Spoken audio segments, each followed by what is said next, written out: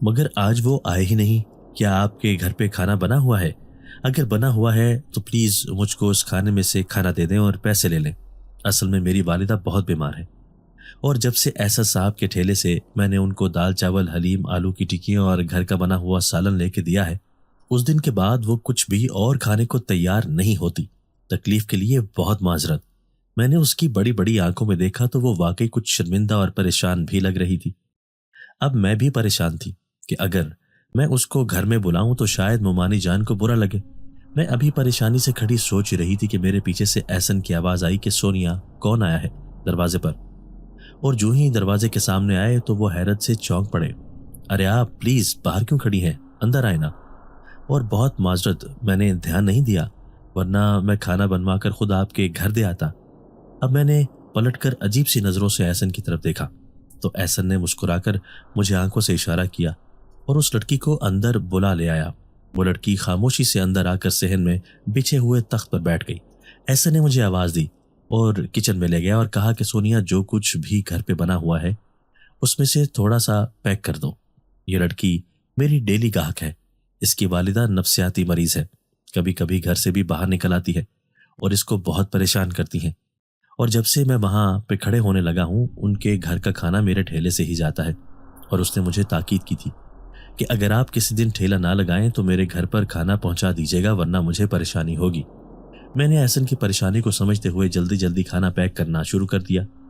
آج احسن گھر تھا، اس وجہ سے ہم لوگوں نے بریانی بنائی تھی، چاٹ بنائی تھی اور ساتھ میں چکن کڑھائی بھی تھی۔ اب مجھے احساس ہوا کہ وہ لڑکی کافی دیر سے بیٹھی ہے اور میں نے اس کو چائے پانی نہیں پوچھا، تو میں جلدی جلدی چائے کا پانی چڑھا کر اور پانی کا گلاس بھر کے اس کے پاس چلی گئی اور اس سے کہا کہ یہ لیجیے آپ پانی پیجیے، تب تک چائے بن جاتی ہے۔ اس نے بڑی احسان مندی سے میرے ہاتھ سے پانی کا گلاس پکڑا اور ایک ہی سانس میں یوں پی گئی جیسے کب سے پیاسی ہو۔ میں نے اس سے خوش اخلاقی سے پوچھا کہ آپ کا نام کیا ہے، تو اس نے مسکرا کر کہا جی میرا نام سحر ہے۔ احسن اتنی دیر میں اپنی امی کو بھی بلا لایا تھا۔ مومانی جان بھی ان کے ساتھ بہت اچھے طریقے سے ملی، تھوڑی دیر میں چائے لے آئی۔ اس نے جلدی جلدی چائے ختم کی اور کہا کہ تکلیف کے لیے بہت معذرت، میں نے احسن صاحب کو بتا رکھا ہے کہ میرے ساتھ کیا مسئلہ ہے۔ میں نے بہت کوشش کی تھی امی کو کھانا کھلانے کی، لیکن وہ بضد تھیں تو مجھ کو آنا پڑا، اور میں کافی دیر سے آپ لوگوں کا گھر ڈھونڈ رہی تھی۔ مجھے گھر جلدی پہنچنا ہے، میری امی میرا انتظار کر رہی ہوں گی۔ اس پر مامی نے کہا ہاں بیٹا آپ جائیں، اور احسن دیکھو باہر اگر کوئی سواری نہیں ہے تو بائک نکال کر سحر کو اس کے گھر چھوڑا، بارش کبھی بھی دوبارہ ہو سکتی ہے۔ میں نے مومانی کی طرف دیکھا، وہ بالکل نارمل ہو کر بات کر رہی تھی۔ پھر میں نے احسن کی طرف دیکھا تو اس کی آنکھوں میں بھی ایک عجیب سی خوشی کی چمک تھی۔ میرا دل بجھ کر رہ گیا، مجھ کو نہ جانے کیوں بہت عجیب سا محسوس ہو رہا تھا۔ اس لڑکی نے بہت پیار سے مجھ سے ہاتھ ملایا اور کہا کہ احسن صاحب بتاتے ہیں کہ کھانا آپ بناتی ہیں، آپ کا بنایا ہوا کھانا بہت بہترین ہے، اور جو بھی آپ کا بنایا ہوا کھانا کھاتا ہے وہ آپ کے ہاتھ کے ذائقے کا عادی ہو جاتا ہے۔ اور پھر مومانی جان کے ہاتھ میں پیسے پکڑا کر وہ جلدی جلدی چلی گئی۔ احسن بائک نکال کر اس کو گھر چھوڑنے چلا گیا۔ مجھ کو رہ رہ کر غصہ بھی آ رہا تھا، اور ساتھ میں یہ بھی سوچ رہی تھی کہ کوئی بری بات نہیں ہے اگر احسن اس کو گھر چھوڑنے چلا گیا ہے۔ احسن کو گئے ہوئے ابھی آدھا گھنٹہ ہی ہوا تھا کہ بارش زور و شور سے شروع ہو گئی۔ میں نے احسن کو کال کرنی چاہی تاکہ اس سے پوچھ سکوں کہ وہ اتنی تیز بارش میں کہاں پر ہے، تو موبائل میں سگنل ہی نہیں تھے۔ میں نے مومانی جان کو کھانا کھلا دیا تھا۔ احسن کو گئے ہوئے 2 سے 3 گھنٹے ہو چکے تھے۔ میری بھوک نہ جانے کہاں چلی گئی تھی۔ میں نے آج بہت دل سے اور اہتمام سے احسن کے لیے کھانا بنایا تھا۔ شام کو 5 بجے جب بارش کو رکے کافی دیر ہو رہی تھی تو احسن واپس آ گیا۔ وہ آتے ہی سیدھا اپنے کمرے میں چلا گیا۔ میں اس کے پیچھے پیچھے گئی تاکہ اس سے کھانے کا پوچھ سکوں۔ وہ بیڈ پر لیٹا مسکرا رہا تھا اور خلاؤں میں دیکھ رہا تھا۔ مجھ کو اس کی مسکراہٹ بہت عجیب لگی۔ جب سے وہ لڑکی آئی تھی مجھ کو لگ رہا تھا کہ جیسے احسن میری طرف دیکھ ہی نہیں رہا۔ میں نے اس کے قریب بیٹھ کر بہت لاڈ سے پوچھا کہاں رہ گئے تھے آپ؟ میں نے آپ کے انتظار میں کھانا بھی نہیں کھایا، نہ موبائل میں سگنل تھے، اتنا اچھا موسم ہو رہا تھا اور میں گھر پر اکیلی بور ہو رہی تھی۔ مومانی جان کھانا کھا کر کب کی سو گئی ہیں۔ میں نے پیار سے اس کے ہاتھ پر اپنا ہاتھ رکھ دیا۔ ایک دم احسن نے غصے سے میرا ہاتھ جھٹک کر کہا اتنے خراب موسم میں واپس کیسے آتا، اور تم کوئی بچی تو نہیں ہو کہ میرے انتظار میں بھوکی بیٹھی رہو۔ تم جانتی تھی کہ دیر ہوگی تو تم کھانا کھا لیتی۔ میں روز کام پر جاتا ہوں تب بھی تو کھانا کھاتی ہو نا، اور میں کھانا کھا چکا ہوں۔ اگر تمہیں بھوک لگ رہی ہے تو کھانا کھا لو، اور پھر موبائل نکال کر مصروف ہو گیا۔ میں بہت دیر تک اس کے پاس بیٹھ کر اس کے چہرے کو تکتی رہی۔ میری آنکھوں سے آنسو گرنا شروع ہو گئے تھے۔ جب میں نے روتے روتے سسکری تو احسن نے ایک دم سے میری طرف دیکھا تو اس کو احساس ہوا کہ میں نہ جانے کب سے رو رہی تھی۔ ایک لمحے کو اس کی آنکھوں میں تکلیف کا احساس نظر آیا، مگر جب وہ بولا تو اس کی آواز غصے سے تپی ہوئی تھی۔ ہو گیا شروع تمہارا ناٹک؟ کیا کہہ دیا میں نے جو تم ٹسوے بہانا شروع ہو گئی ہو؟ اور غصے سے مجھے کھینچ کر اپنے سامنے بٹھا لیا۔ احسن کی آنکھوں میں آج عجیب ہی بات تھی۔ مجھ کو لگ رہا تھا جیسے وہ بہت اجنبی اور بدلا ہوا رویہ رکھ رہا ہے۔ جاؤ جا کر کھانا لے آؤ۔ میں نے غصے سے گردن ہلائی۔ میں نہیں لاتی، کھانا آپ تو کھا چکے ہیں نا، اپنی اس نئی کسٹمر کے ساتھ کھانا۔ بیوی گھر پر بھوکی بیٹھی ہو اور آپ کسی اور کے ساتھ بیٹھ کر کھانا کھا رہے ہیں، شرم تو نہیں آتی آپ کو؟ تم تو ایسے تپ رہی ہو جیسے وہ میری کسٹمر نہیں بلکہ تمہاری سوتن ہو، احسن نے ایک دم سے ہنستے ہوئے کہا۔ مجھ کو اس کی بات پر اتنا غصہ آیا کہ میں نے ٹیبل پر رکھا ہوا پانی کا گلاس اٹھا کر اس کے سر پر انڈیل دیا۔ احسن پہلے تو حیران ہو گیا اور اس کے بعد اس نے میرا بازو پکڑ کر زور سے کھینچا۔ میں گھبرا گئی، لیکن اس کی طرف دیکھا تو بہت پیار سے میری طرف دیکھ رہا تھا۔ اچھا تو تم اکیلی بور ہو رہی تھی؟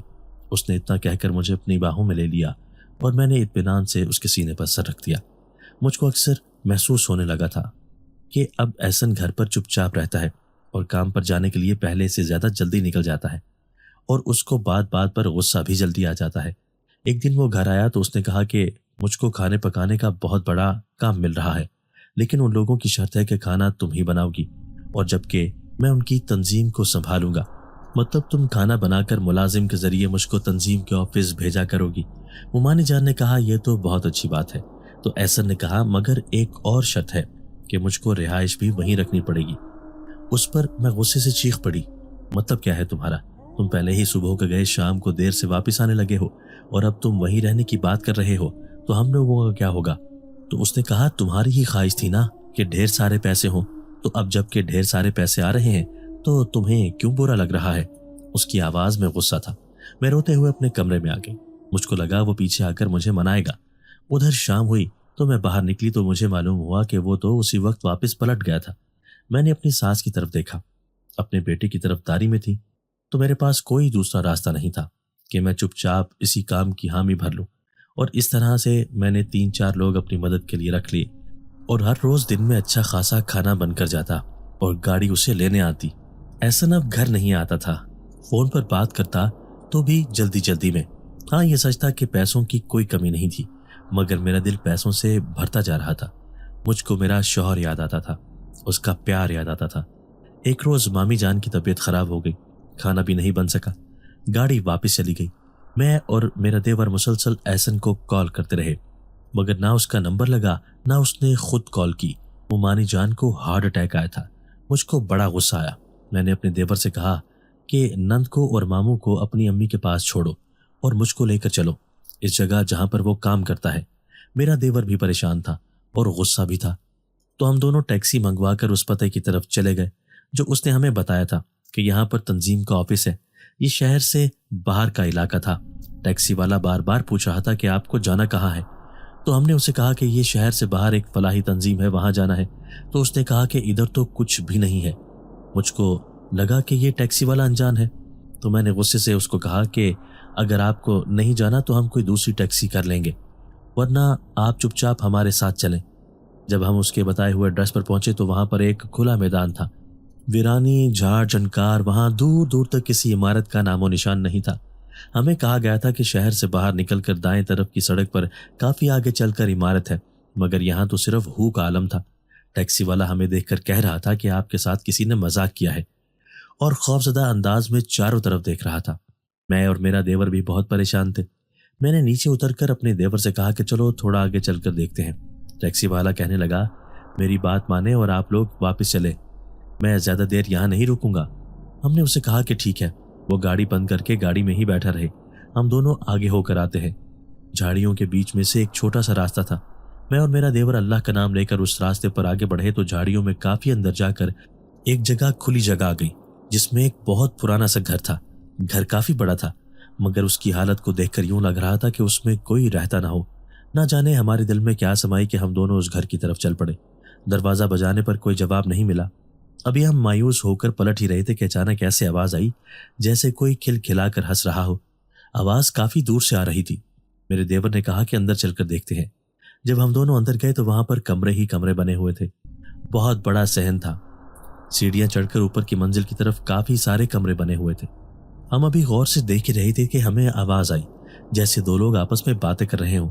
مجھے وہ آواز احسن کی لگی اور دوسری آواز کسی خاتون کی۔ میرا غصے سے برا حال ہو گیا اور میں بھاگتی ہوئی اس کی طرف جانے لگی جہاں سے آواز آ رہی تھی۔ جب میں وہاں پہنچی تو وہ کمرہ عالی شان اندر سے سجا ہوا تھا۔ ایک بہت ہی خوبصورت عورت دروازے کی طرف پیٹ کیے بیٹھی تھی اور احسن اس عورت کی گود میں سر رکھ کر لیٹا ہوا تھا اور وہ نہایت پیار بھری باتیں کر رہے تھے۔ میرا دیور بھی مجھ سے ذرا پیچھے ہی کھڑا تھا۔ مجھے لگا کہ جیسے وہ عورت احسن کی طرف جھکی ہوئی ہو۔ میں نے غصے سے کہا، یہ کیا بےہودگی ہے؟ جس پر وہ ایک دم سے پیچھے مڑی تو میں نے دیکھا کہ وہ عورت کوئی اور نہیں بلکہ سحر ہے جو اس روز ہمارے گھر آئی تھی۔ احسن نے بھی بالکل سفید کپڑے پہنے ہوئے تھے اور ان دونوں کا انداز بالکل ایسے تھا جیسے کہ میاں بیوی آپس میں پیار محبت سے لمحات بسر کر رہے ہوں۔ میرا دیور کافی شرمندہ تھا۔ میں کمرے میں چلی گئی تو وہ بھی میرے پیچھے آ گیا۔ سحر بہت مسکرا کر میری طرف دیکھ رہی تھی اور احسن کے چہرے پر اتنی آسودگی تھی جو آج سے پہلے میں نے کبھی نہیں دیکھی تھی۔ میں نے احسن سے کہا، تو آپ یہاں پر نوکری کے نام پر رنگرلیاں منا رہے ہیں؟ وہاں آپ کی ماں ہاسپٹل میں داخل ہے، زندگی اور موت کی کشمکش میں تم یہاں پر اس عورت کے ساتھ مصروف ہو۔ احسن بیگانی نظروں سے میری طرف دیکھ رہا تھا۔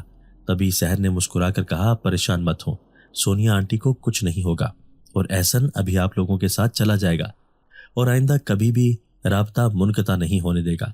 اور احسن کا بازو سہلایا جس پر اس نے ہاں میں سر ہلا دیا تھا۔ تبھی میرا دیور غصے سے آگے بڑھا اور کہنے لگا، بھائی یہ اتنی چھوٹی سی بات ہے اور یہ سب کیا ہو رہا ہے یہاں پر؟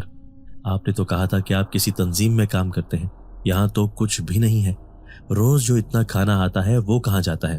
یہ سب کیا چل رہا ہے؟ تب بھی سحر نے زور زور سے ہنسنا شروع کر دیا اور کہنے لگی، آپ میرے ساتھ آئیں، میں دکھاتی ہوں۔ اب ہم صحن میں آئے تو کچھ دیر پہلے جہاں سناٹا تھا وہاں پر لوگ ہی لوگ تھے، بچے زیادہ تھے اور ساتھ میں یوں لگ رہا تھا جیسے کسی ریسٹورنٹ میں کھانا کھانے آئے ہوں۔ ہم دونوں حیران پریشان رہ گئے کیونکہ پہلے یہاں نہ کھانا تھا، نہ لوگ اور نہ یہ سارے انتظامات۔ ہم کو حیرت سے پریشان دیکھ کر سحر کہنے لگی، کبھی کبھی آنکھوں کو دھوکا ہو جاتا ہے، کوشش کرنی چاہیے کہ ہر چیز کو دیکھ کر سمجھنے کی کوشش کریں اور کچھ چیزوں کو نظر انداز کرنے کی۔ اس کا لہجہ بڑا پراسرار تھا۔ اب وہ خالی کمرے بھی آباد نظر آ رہے تھے۔ تھوڑی دیر میں ایک بوڑھی عورت جس کی شکل سحر سے ملتی تھی وہ چلی آئی۔ اس نے کہا، آنٹی آپ اپنی بیٹی کو سمجھائیں، میرا گھر خراب نہ کرے، جس پر وہ سب مل کر ہنستے لگے۔ جیسے ہی سحر کی ماں آئی احسن نے ہنسنا شروع کیا، ویسے ہی اس گھر میں موجود ہر انسان نے زور زور سے کہہ کے لگانا شروع کر دیے۔ اتنی تیز آواز سن کر میرے دماغ کو کچھ ہونے لگا اور میں نے اپنے کانوں پر ہاتھ رکھ کر چلانا شروع کر دیا۔ مجھ کو لگا کہ میں بے ہوش ہو کر گرنے لگی ہوں۔ بہت دیر بعد جب مجھے ہوش آیا تو ہم لوگ شہر کے قریب پہنچ چکے تھے۔ گاڑی میں اب احسن بھی تھا، میرا دیور بھی سو رہا تھا اور ڈرائیور خاموشی سے سڑک کی طرف دیکھ رہا تھا۔ مجھ کو لگا کہ جیسے میں نے کوئی خواب دیکھا ہو۔ میں نے بولنے کی کوشش کی مگر مجھ سے بولا نہیں گیا۔ میں نے اپنے دیور حمزہ کو ہلا کر اٹھایا تو وہ بھی اٹھ بیٹھا، وہ بھی خالی خالی نظروں سے۔ میں نے احسن کی طرف غصے سے دیکھا تو وہ بھی انجان نظر آنے کی کوشش کرنے لگا۔ ہم ہاسپٹل میں آ گئے۔ 2 روز تک ہاسپٹل میں سب کچھ نارمل ہوتا رہا۔ تیسرے روز جب مامی کو ہاسپٹل سے چھٹی ملی تو احسن ہمارے ساتھ ہی گھر آ گیا۔ ہم سب تھکے ہوئے تھے، اس لیے مامی بھی اپنے کمرے میں اپنی بیٹی کے ساتھ چلی گئی اور ہم سب بھی اپنے اپنے کمروں میں سونے کے لیے آ گئے۔ احسن نے کمرے میں آ کر دروازہ بند کیا۔ میں بستر پر بیٹھی اس کو گھور رہی تھی، تبھی وہ آ کر میرے برابر میں بیٹھ گیا۔ جیسے ہی میں نے بولنے کے لیے منہ کھولا تو اس نے مجھے خاموش کروا دیا۔ میں چاہ کر بھی اس سے ناراض نہیں ہو رہی تھی۔ احسن نے بڑے پیار سے میرا ہاتھ پکڑ رکھا تھا۔ اس نے میرا ہاتھ چوم کر کہا، تم مجھ سے ناراض ہو رہی ہو؟ تو میں نے کہا کہ نہیں ہونا چاہیے تھا۔ وہ عورت کون تھی؟ آپ دونوں وہاں اکیلے کیا کر رہے تھے؟ آپ شادی شدہ ہیں، آپ راتوں کو گھر نہیں ہوتے اور میں سمجھتی ہوں کہ آپ کام پر ہیں۔ اتنی بے وفائی مجھ کو آپ سے یہ امید نہیں تھی۔ اس نے مجھے دل بھر کر بولنے دیا۔ جب میری بھڑاس نکل گئی تو اس نے کہا کہ جو تم نے دیکھا، میں اگر یہ کہوں کہ وہ تمہاری آنکھوں کا بھرم تھا تو میں نے غصے سے کہا کہ ہرگز نہیں۔ پھر اس نے کہا کہ تمہارا شوہر اتنے روز بعد تمہارے پاس آیا ہے اور تم گلے شکوے میں الجھی ہوئی ہو، اور ایک اچھی بیوی کو یہ تو نہیں کرنا چاہیے، اور شرارت سے مسکرانے لگا۔ میں نے غصے سے اس کو کہا کہ بیوی یاد آ گئی آپ کو؟ تو وہ ہنسنے لگا۔ نہ چاہتے ہوئے بھی میں اس کی طرف مائل ہو گئی۔ اگلی صبح سب کچھ نارمل تھا۔ میں نے اٹھ کر معمول کے مطابق ناشتہ بنایا، سب کو ناشتہ کروایا۔ اب ہم لوگ فارغ ہو کر بیٹھے ہی تھے کہ دروازے پر بیل ہوئی۔ حمزہ دروازہ کھولنے کے لیے گیا تو اس کے ساتھ سحر اور اس کی ماں چلی آئی۔ ان دونوں کو دیکھ کر مجھے پھر سے وہ منظر یاد آ گیا۔ سحر نے مومانی جان کی طبیعت پوچھی۔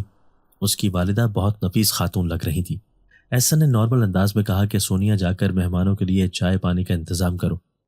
جب میں چائے لے کر آئی تو کمرے کا ماحول بہت خوشگوار تھا۔ اس پر مجھے بہت حیرت بھی ہوئی، مگر میں خاموش رہی۔ سحر کی اماں نے مجھ کو اپنے پاس بٹھا لیا اور کہا کہ بیٹا تم سے ایک بات کرنی ہے۔ میں نے کہا جی آنٹی بولیں۔ میری نظر مسلسل احسن اور سحر کی طرف تھی۔ وہ دونوں ایک دوسرے کو مسکرا کر دیکھ رہے تھے۔ سحر کی ماں نے کہا بیٹی میں اس دنیا میں اکیلی ہوں اور میرے بعد میری بیٹی کو دیکھنے والا کوئی بھی نہیں ہوگا۔ بیٹی میں چاہتی ہوں کہ تم اجازت دے دو تو میں احسن کی شادی سحر کے ساتھ کر دوں۔ بیٹا تمہارا یہ احسان میں کبھی بھی نہیں بھولوں گی اور میں وعدہ کرتی ہوں کہ کبھی تم کو کوئی دکھ تکلیف نہیں دیکھنا پڑے گا۔ میرا سب کچھ میری بیٹی کا ہے، لیکن اگر تم اس کو قبول کر لو تو وہ سب کچھ میں تمہیں سونپ دوں گی اور یہ سمجھوں گی کہ میری بڑی بیٹی تم ہو اور چھوٹی بیٹی سحر۔ وہ اتنا کہہ کر خاموش ہو گئی۔ میں صدمے سے منہ کھول کر اتنی بات سن رہی تھی۔ میں نے کہا آنٹی یہ آپ کیا کہہ رہی ہیں؟ ایسا کیسے ہو سکتا ہے؟ بھلا کوئی بھی بیوی یہ کیسے کر سکتی ہے؟ سحر خوبصورت ہے، جوان ہے، اس کو کوئی بھی رشتہ آسانی سے مل جائے گا، تو پھر آپ میرا بسا بسایا گھر توڑنے کی بات کیوں کرتی ہیں؟ جیسے ہی میں نے یہ بات کہی تو احسن کا چہرہ غصے سے ایک دم سرخ ہو گیا۔ وہ غصے سے چلا اٹھا۔ میں چاہتا تو یہ شادی تمہیں بغیر بتائے بھی کر سکتا تھا، لیکن یہ میری محبت کا تقاضا تھا کہ میں نے تم سے تمہاری رضامندی مانگی۔ کیا ہو گیا اگر میں دوسری شادی کر لوں؟ کتنے لوگ تو دوسری شادی کرتے ہیں، اور جب آنٹی کہہ رہی ہیں کہ وہ تمہیں کوئی بھی تکلیف نہیں پہنچنے دے گی تو پھر تم یہ کیسی باتیں کر رہی ہو؟ ویسے بھی تو تم کہتی تھی نا کہ یہ کیا زندگی ہے۔ تم نے تو ہمیشہ یہ سوچا تھا کہ تمہیں کوئی شہزادہ بیاہ کر لے جائے گا، مگر قسمت تمہاری میرے ساتھ جڑ گئی۔ تو اب جب زندگی تم پر مہربان ہو کر تمہیں ہر سہولت دینے پر تیار ہے تو پھر تم یہ ڈرامے بازی کیوں کرتی ہو؟ تمہیں تو پیسہ دولت اور آسائشیں چاہیے تھی نا۔ اب جب سب کچھ تمہیں مفت میں مل رہا ہے تو پھر ناشکری کیوں کرتی ہو؟ ناشکری عورت۔ اس کی یہ بات سن کر مجھے یوں لگ رہا تھا جیسے بھری محفل میں کسی نے میرے منہ پر تھپڑ دے مارا ہو۔ میں کچھ بھی بول نہیں پائی تھی۔ سحر نے بہت محبت سے احسن کا بازو تھاما اور اس کو کہا کہ آپ خامخواہ میں غصہ کر رہے ہیں۔ سونیا جی اپنی جگہ پر غلط نہیں ہے، ان کو ذرا وقت لگے گا اور آئندہ میں ہرگز نہ دیکھوں آپ کو ان سے اس طرح بات کرتے ہوئے۔ اور پھر وہ میری طرف آ گئی اور مجھے کہنے لگی کہ سونیا میں جانتی ہوں کہ یہ تمہارے لیے مشکل کام ہے، مگر سوچو کہ اس سے صرف تمہاری زندگی نہیں جڑی بلکہ پورے خاندان کی زندگی جڑی ہوئی ہے۔ سب کی خوشیاں تمہارے ہاتھ میں ہیں۔ میں نے مدد طلب نظروں سے وہاں موجود سب کے چہروں کی طرف دیکھا، مگر ہر چہرے پر بیگانگی نظر آئی۔ میں مایوس ہو کر وہاں سے اٹھ کر آ گئی۔ وہ لوگ کافی دیر بعد گئے۔ مومانی نے صاف کہہ ڈالا تھا کہ ان کو اپنے بیٹے کی دوسری شادی پر کوئی اعتراض نہیں۔ احسن کمرے میں آیا۔ میں چپ چاپ کھڑکی میں کھڑی باہر دیکھ رہی تھی۔ اس نے میرے کندھے پر ہاتھ رکھا۔ میرا جی چاہا کہ میں اس کے گلے سے لگ کر رو پڑوں، مگر میرے دل نے کہا کہ کوئی فائدہ نہیں۔ سو میں نے ضبط سے گہرا سانس لیا اور اس کو کہا کہ ٹھیک ہے، آپ کر لیں سحر سے شادی، مگر میں یہ جان چکی ہوں کہ وہ کوئی انسان نہیں بلکہ ایک جن زادی ہے۔ مگر میری بھی شرط ہے کہ آپ شادی کے بعد جا کر اس کے ساتھ ویران جنگل میں نہیں رہیں گے، بلکہ وہ ایک عام انسان کی طرح آپ کے ساتھ ہم انسانوں کے ساتھ رہے گی۔ اگر آپ نے ایسا نہ کیا تو میں اپنی جان لے لوں گی۔ احسن نے خاموشی سے مجھ کو دیکھا اور کمرے سے باہر نکل گیا۔ میں پھوٹ پھوٹ کر رونے لگی۔ اگلے روز سحر کی ماں نے آ کر مومانی سے کہا کہ وہ یہ شادی جلد سے جلد کرنا چاہتی ہیں، مگر آپ اپنے سبھی رشتہ داروں کو شریک کر سکتی ہیں، اور دوسری بات کہ آپ لوگ اب اس پرانے گھر میں نہ رہیں، بلکہ میں سحر کے لیے ایک خوبصورت گھر خرید چکی ہوں۔ آپ سبھی لوگ چل کر اس گھر میں رہیں۔ ماموں اگرچہ خوش نہیں تھے مگر مخالفت بھی نہیں کر رہے تھے۔ ان لوگوں کے لیے سحر اور یہ رشتہ ایک امیر زادی کا رشتہ تھا، سو سبھی راضی تھے۔ حقیقت صرف میں جانتی تھی۔ بس پھر سب لوگ نئے گھر میں شفٹ ہو گئے۔ میری امی اور ابو کو جب یہ بات پتہ لگی کہ احسن دوسری شادی کر رہا ہے تو وہ لوگ بہت ناراض ہوئے، چیخے چلائے، مگر میں نے ان کو خاموش کروا لیا۔ میں نے تمام لوگوں سے یہ جھوٹ کہا کہ کسی پیچیدگی کی وجہ سے ماں نہیں بن سکتی، اس لیے میں چاہتی ہوں کہ احسن دوسری شادی کرے، اور لڑکی میری پسند کی ہے اور بہت اچھی ہے۔ اچھا ہے ہم سب مل جل کر رہیں اور ہمارے گھر میں بھی ننھے بچوں کی کھلکاریاں گونجیں۔ میں نے اس کی شادی کی تمام تیاریاں خود اپنے ہاتھوں سے کی۔ رشتہ دار، دوست، ملنے والے ہر کوئی سحر سے مل کر نہ صرف خوش تھا بلکہ احسن کی قسمت پر رشک بھی کر رہا تھا۔ سحر نے بالکل شہزادیوں جیسا سفید رنگ کا لباس پہنا۔ میں نے خود اپنے ہاتھوں سے اس کو مہندی لگائی تھی۔ میری الماری میں طرح طرح کی قیمتی ملبوسات ٹنگے ہوئے تھے، زیور کی کوئی کمی نہیں تھی، مگر میرا دل بجھ چکا تھا۔ نکاح کے وقت حسین ترین لگ رہی تھی اور احسن بھی سفید جوڑے میں کسی شہزادے سے کم نہیں لگ رہا تھا۔ مامی، میری نند، میرا دیور، سبھی لوگ بہت خوش تھے۔ بہت بڑی تقریب منعقد ہوئی۔ مہمانوں کے جانے کے بعد میری نند اپنی نئی بھابھی کو اس کے کمرے میں لے گئی۔ میں نے کالی ساڑی باندھ رکھی تھی۔ میں ایک طرف لان میں بیٹھی رہی۔ پورا گھر برقی کمکموں سے سجا ہوا تھا۔ میں بہت حسرت سے بیٹھ کر اس سجے سجائے گھر کو دیکھ رہی تھی کہ ایک دم میرے کندھوں پر کسی کا ہاتھ محسوس ہوا۔ میں نے چونک کر پیچھے دیکھا تو وہ احسن تھا۔ احسن میرے قدموں کے پاس آ کر کھڑا ہو گیا اور میرا ہاتھ پکڑ کر بولا کہ خاموش مت رہو سونیا، تمہارے دل میں جو طوفان چھپا ہے کہہ ڈالو۔ میں جانتا ہوں کہ اس وقت تم کس کیفیت سے گزر رہی ہو، مگر میں کیا کرتا، گھر سے کام کرنے نکلا تھا۔ میں کیا جانتا تھا کہ تمہارے بنائے ہوئے کھانوں کی خوشبو سے جنات کی شہزادی مجھ پر اپنا دل ہار بیٹھے گی، اور جب تک میں حقیقت کو جان سکا تو بہت دیر ہو گئی تھی۔ مگر میرا یقین کرو سونیا، وہ بہت اچھی ہے، اس کا دل سونے جیسا ہے۔ وہ مجھ سے ہی نہیں بلکہ تم سب سے بھی بہت محبت کرتی ہے۔ اس نے کبھی مجھے دھوکے سے زبردستی سے حاصل کرنا نہیں چاہا۔ یہ نکاح میں نے صرف اپنے لیے نہیں کیا بلکہ اس میں ہم سب کی بہتری اور بھلائی ہے۔ میری آنکھوں سے آنسو بہہ رہے تھے۔ احسن بہت دیر تک میرے کچھ بولنے کا انتظار کر رہا تھا، مگر میں اس کے ہاتھوں میں سے اپنا ہاتھ چھڑوا کر اٹھ کر اندر کمرے میں آ گئی۔ آج بہت خوشیوں بھری رات تھی۔ اسی گھر کے ایک کمرے میں ایک جنزادی میرے شوہر کی بیوی بن کر، دلہن بن کر اس کی زندگی میں آ چکی تھی۔ رات یوں ہی بیت گئی۔ اگلی صبح سب کچھ نارمل تھا۔ میں اگرچہ اٹھ چکی تھی مگر میرا آج ناشتہ بنانے کا کوئی موڈ نہیں تھا۔ چپ چاپ کمرہ بند کر کے لیٹی رہی۔ میری نند مجھے آواز دینے کے لیے آئی، دروازہ بجا بجا کر واپس لوٹ گئی، مگر میں باہر نہ نکلی۔ دن کے 11 بجے چہل پہل کی آواز آنا شروع ہو گئی۔ میری نند کی آواز میں کافی غصہ تھا کیونکہ آج سے پہلے اس نے ناشتہ نہیں بنایا تھا۔ ذرا دیر میں احسن نے دروازہ بجانا شروع کیا۔ میں نے غصے سے دروازے کو گھورا اور منہ تک کمبل لے لیا۔ میں یہ بھول گئی تھی کہ اس گھر میں اب ایک جنزادی بھی موجود ہے۔ ذرا سی دیر میں ہی میرا پورے کا پورا کمبل اتار کر کسی نے الگ رکھ دیا۔ وہ کوئی اور نہیں، سحر تھی۔ میں نے اس کو سختی سے گھورا۔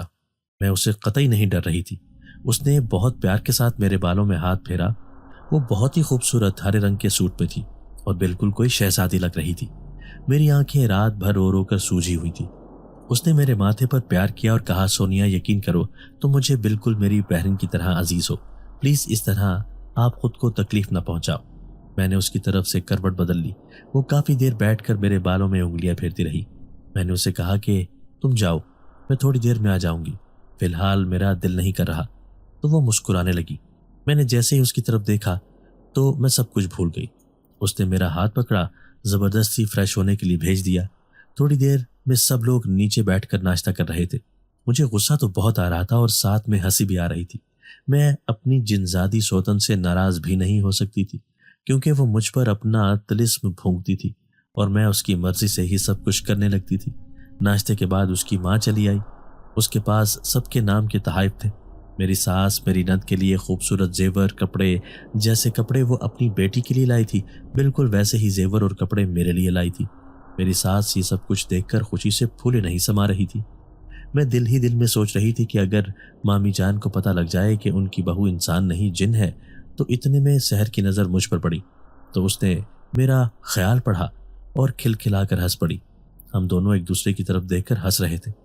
احسن میرا دیور، میرے سسر، ساس اور نند ہم دونوں کو دیکھ کر بہت حیران ہو رہے تھے۔ صرف سحر کی ماں جانتی تھی کہ ہم دونوں کیوں ہنس رہے ہیں۔ دن یوں ہی تیزی سے گزرتے رہے۔ گھر میں نوکر چاکر آ گئے۔ دیور کو اچھی یونیورسٹی میں پڑھنے کے لیے بھیج دیا گیا۔ احسن نے اپنا ریسٹورنٹ کا بزنس شروع کر دیا۔ کچھ ہی ماہ بعد میری نند کی بہت اچھے گھر میں شادی ہو گئی۔ میرے ساس سسر حج عمرہ کر کے آ گئے۔ ہماری زندگیاں دیکھ کر باقی لوگ کہتے تھے کہ سونیا کتنی قسمت والی ہے کہ جو اس کو ایسی سوتن ملی جس نے پورے گھر کا نقشہ ہی بدل ڈالا۔ سال بھر کے بعد احسن اور سحر کی 2 جڑواں بچیاں پیدا ہوئیں جن کو پہلے دن ہی سحر نے مجھے سونپ دیا۔ اس نے کہا کہ سونیا میں چاہتی ہوں کہ میری بچیاں مجھے نہیں تمہیں ماں سمجھیں۔ ان بچیوں میں بھی شروع سے ہی طاقتیں تھیں مگر چونکہ میں نے عہد کر رکھا تھا کہ میں کسی سے اس بات کا کوئی ذکر نہیں کروں گی، اس لیے میں نے بالکل نارمل انداز میں ان دونوں کو پالنا شروع کیا۔ کوئی دیکھ کر یہ نہیں کہہ سکتا تھا کہ وہ میری سوتیلی بیٹیاں ہیں۔ دیور کی شادی کر کے اس کو ایک الگ گھر میں رہنے بھیج دیا۔ سب کچھ ہنسی خوشی چلتا رہا۔ میں نے دولت شہرت سب سے منہ موڑ لیا تھا۔ میں صرف اپنی بچیوں میں مصروف رہتی اور باقی ٹائم میں صرف اپنے اللہ سے لو لگا کر رکھتی۔ ایسا میری طرف آنے کی کوشش بھی کرتا تو میں اسے سختی سے رد کر دیتی۔ میں جو شروع سے ہی دولت شہرت کے لیے کرتی رہتی تھی، اللہ نے سحر کو اس کا وسیلہ بنا کر بھیج دیا تھا، مگر اس کی ایک گہری قیمت میں نے چکائی تھی۔ ہماری فیملی شہر بھر کے نامور فیملیوں میں شمار ہوتی تھی۔ بچیاں اب شرارتیں کرنے لگ گئی تھیں۔ وہ اپنے چاچو اور پھپھو کے بچوں کو کبھی الٹا لٹکا دیتی، کبھی ان کو ہوا میں اڑا کر ڈرانے کی کوشش کرتی۔ مجھ کو اندر میں تو ہنسی آتی، مگر باہر سے میں بہت زیادہ ان پر سختی کرتی۔ کوئی بھی بچوں کی بات کا یقین نہیں کرتا تھا کہ شانزے اور علیزے نے ایسا کچھ کیا ہے۔ میں دل ہی دل میں کہتی کہ جن کی بچیاں ہیں نا، مگر حرکت انسانوں والی کرتی ہیں۔ ایک روز میری دیورانی نند شہر میں، میری ساس سب لان میں بیٹھ کر چائے پی رہے تھے اور بچے اندر کھیل رہے تھے۔ اتنے میں میری نظر بالکنی پر پڑی، جہاں پر شانزے اور علیزے ریلنگ پر چل کر کرتب دکھا رہی تھی۔ میں نے سحر کو گھورا۔ اتنی ہی دیر میں شانزے نے اپنے چچا زاد کزنوں کو ہوا میں لٹکا دیا۔ جیسے ہی لڑکوں نے چیخ پکار شروع کی، سب خواتین کی توجہ اس طرف منتقل ہو گئی۔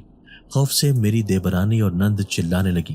سحر نے ہوا کے جھونکے کی طرح جا کر دونوں بچوں کو نیچے اتارا، شانزے اور علیزے کو ایک ایک چپت لگائی اور اسی طرح ہوا کے جھونکے کی طرح آ کر واپس سے ہم سب کے بیچ میں کھڑی ہو گئی۔ میں نے اس کو غصے سے گھورا تو اس نے اپنا کان پکڑ کر سوری بول دیا۔ اب خواتین کو یوں لگ رہا تھا جیسے ان کی نظروں کو دھوکا ہوا ہے، مگر خوف ان کے چہروں سے پھوٹ رہا تھا۔ یہی حال ان کے بچوں کا تھا۔ شانزے اور علیزہ کے منہ سوجے ہوئے تھے اور وہ اپنی مما کو غصے سے گھور رہی تھی۔ سارے بچے باہر دوڑے چلے آئے۔ دونوں خواتین تھوڑی دیر بیٹھ کر اپنے بچوں کو ساتھ لے کر اپنے گھر چلی گئی۔ میں نے دونوں کے کان پکڑ کر کہا کہ آئندہ ایسی کوئی حرکت کی اگر تم دونوں نے تو رہنا اپنی چھوٹی مما کے پاس ہی، چلی جاؤں گی تم دونوں کو چھوڑ کے۔ دونوں بچیوں نے اپنے کان پکڑ لی اور میرے گلے لگ گئی۔ سحر مسکرا رہی تھی۔ یہ تھی میری کہانی۔ ہماری خوشیوں بھرا چھوٹا سا خاندان، میری بہنوں جیسی جنزادی سوتن اور میں، کیسی لگی آپ کو میری کہانی؟ ہمیشہ اپنے بڑوں سے سنتے آ رہے ہیں کہ جنات خوشبو کے دیوانے ہوتے ہیں، مگر میری کہانی میں تو جنات میرے کھانے کے دیوانے ہو گئے تھے۔ اب اکثر میں یہ سوچ کر پریشان ہوتی ہوں کہ جب میری بچیاں بڑی ہوں گی تب کیا ہوگا؟ میرے داماد جن بنیں گے یا انسان؟ تب میں ہنس پڑتی ہوں اور سحر جہاں کہیں بھی ہو میرے کان میں آ کر بھن بھناتی ہے، پریشان مت ہو پیاری، جو ہوگا اچھا ہوگا۔ کمنٹ باکس میں اپنی رائے کا اظہار ضرور کیجیے گا۔ دوستو، اگر آپ کو آج کی ہماری یہ ویڈیو پسند آئی ہے تو اسے لائک کیجئے اور اسے اپنے پیاروں کے ساتھ شیئر ضرور کیجئے گا۔ اور ہاں، اگر آپ نے ابھی تک ہمارا چینل سبسکرائب نہیں کیا تو ہمارا چینل سبسکرائب کر دیجئے اور بیل آئیکن بھی پریس کر دیجئے تاکہ ہماری ہر نئی آنے والی ویڈیو آپ کو بر وقت مل سکے۔ اللہ حافظ۔